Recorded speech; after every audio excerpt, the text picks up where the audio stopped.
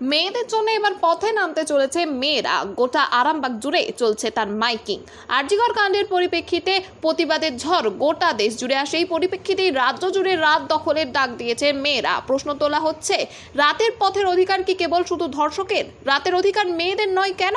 এই প্রশ্নের ভিত্তি করেই অনেক আগেই শুরু হয়েছিল টেক ব্যাক দ্য নাইট আন্দোলন। আর এই পরিস্থিতিতে যা ফিরে এলো আরও একবার নতুন করে। বুধবার রাতে আরামবাগের মেয়েদের জন্য পথে নামতে চলেছে মেয়েরা। আন্তর্জাতিক গোসাই পরব কালচার অ্যান্ড ওয়েলফেয়ার সোসাইটির সদস্যদের উদ্যোগে অনুষ্ঠিত হতে চলেছে এই কর্মসূচি। এদিন তার আগেই আরামবাগ জুড়ে মাইকিং করা হলো। এই বিষয়ে আরও কি জানা যাচ্ছে দেখুন বিস্তারিত। 24 আওয়ার্স আরামবাগের রিপোর্ট। গানে গানে আজকের এই পথসভা এখানে শেষ করব।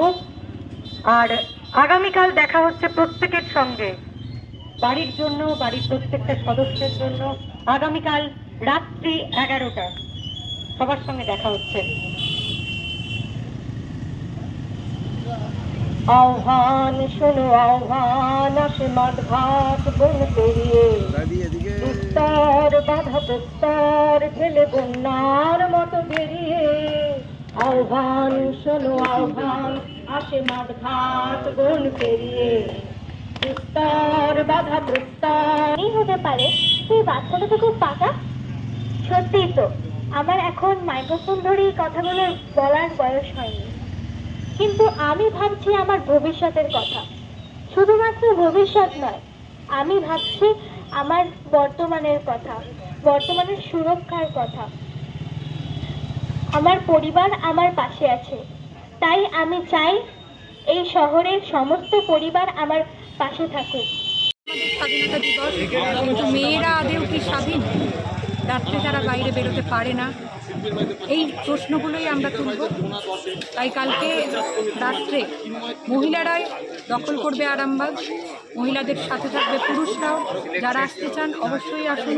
আপনাদের সোশ্যাল মিডিয়ার মাধ্যমে আমরা সকলকে বার্তা দিচ্ছি, অবশ্যই প্রত্যেকে আসুন। কাদের উদ্যোগে বা কি, মানে কীভাবে এটা অ্যাকচুয়ালি আরজি করে যে ঘটনাটা ঘটেছে তার বিরুদ্ধে এই সোচ্চার।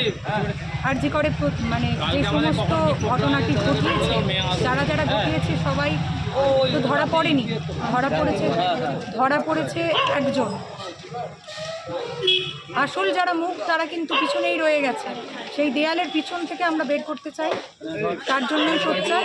এবং বাড়ির প্রত্যেকটা মেয়ে বিভিন্নভাবে বিভিন্ন সময় ধর্ষিত হন, তার বিরুদ্ধে আমাদের এই প্রতিবাদ। যাতে প্রত্যেকে আসে। আন্তর্জাতিক গোসাই পরবের পক্ষ থেকে আগামীকাল রাত্রি 11টার সময় এটা হবে। ইতিমধ্যে সিবিআই তদন্ত হাইকোর্টে নির্দেশ দিয়েছে। রাজ্য থেকে তার হস্তক্ষেপ করে রাজ্য পুলিশের ওপর সন্তুষ্ট নয় হাইকোর্ট, সিবিআইকে দিয়েছে। কি মনে হচ্ছে, কতটা আপনারা আশাবাদী যে কতটা তদন্ত সঠিক? দেখুন, আশাবাদী আমরা এখনো পর্যন্ত কিচ্ছু হতে পারছি না। যতক্ষণ না পর্যন্ত আসল অপরাধীর মুখ সামনে আসছে, সে ধরা পড়ছে, শাস্তি পাচ্ছে, অন্তত যতদিন না পর্যন্ত আসল অপরাধীর মুখটা আমাদের কাছে সামনে আসছে ততদিন আমরা থামবো না। এই আন্দোলন বিভিন্নভাবে চলবে। এবং যেটা শোনা যাচ্ছে, প্রমাণস্বরূপই শোনা যাচ্ছে, যেই রুমের মধ্যে মহিলাটিকে ধর্ষণ করা হয়েছিল, প্রমাণ লোপাট করার চেষ্টা চলছে। বিভিন্নভাবে প্রমাণ লোপাট করার চেষ্টা হচ্ছে। প্রথমে তো বলাই হয়েছিল যে আত্মহত্যা করেছে। কেন বাড়িকে মিথ্যে প্ররোচনা দেওয়া হবে, মিথ্যে কথা কেন বলা হবে? তার মানেই তো ভিতরে কিছু গোপনীয়তা রয়ে গেছে। এবং সিবিআই আসবে শুনে তড়িঘড়ি সেই জায়গাটাকে পরিষ্কার পরিচ্ছন্ন করে সমস্ত করে ব্যবস্থা করা হচ্ছে, যাতে সিবিআই এর প্রমাণগুলোকে লোপাট করা যায়। কালকে যে মিছিল হবে, কালকে সকলেই অংশগ্রহণ করতে পারবে? অবশ্যই, নারী পুরুষ নির্বিশেষে সকলে অংশগ্রহণ করতে পারবে। কোনো রাজনৈতিক রং নিয়ে আমরা নামছি না।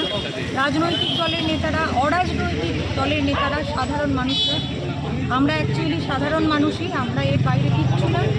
কিন্তু আমাদের দেওয়ালে পিঠগুলো টিকে গেছে, আর সহ্য হচ্ছে না। আপনার পরিচয়টা কি? আমার পরিচয়, আমি একদম রান্না বান্না করি, অর্থাৎ হাউসওয়াইফ। আমার নাম প্রিয়াঙ্কা ঘোষ রায়। আমারও আর সহ্য হচ্ছে না, আমার মতন অনেক হাউস ওয়াইফেরই সহ্য হচ্ছে না। কারণ আমাদের বাড়িতে সন্তানরা রয়েছে, তাদেরকে আমরা কি শিক্ষা দেবো? কাল যদি আমরা পথে না নামি আমরা আমাদের সন্তানদেরকে কি বোঝাবো? আমরা তো একটা দূষণমুক্ত সমাজ তাদেরকে উপহার দিতে চাই, কিন্তু সেটাও তো আমরা পেরে উঠবো না। আর সে কারণেই দূষণমুক্ত সমাজ গড়ার জন্য, ধর্ষক মুক্ত সমাজ গড়ার জন্য কালকের এই ডাক।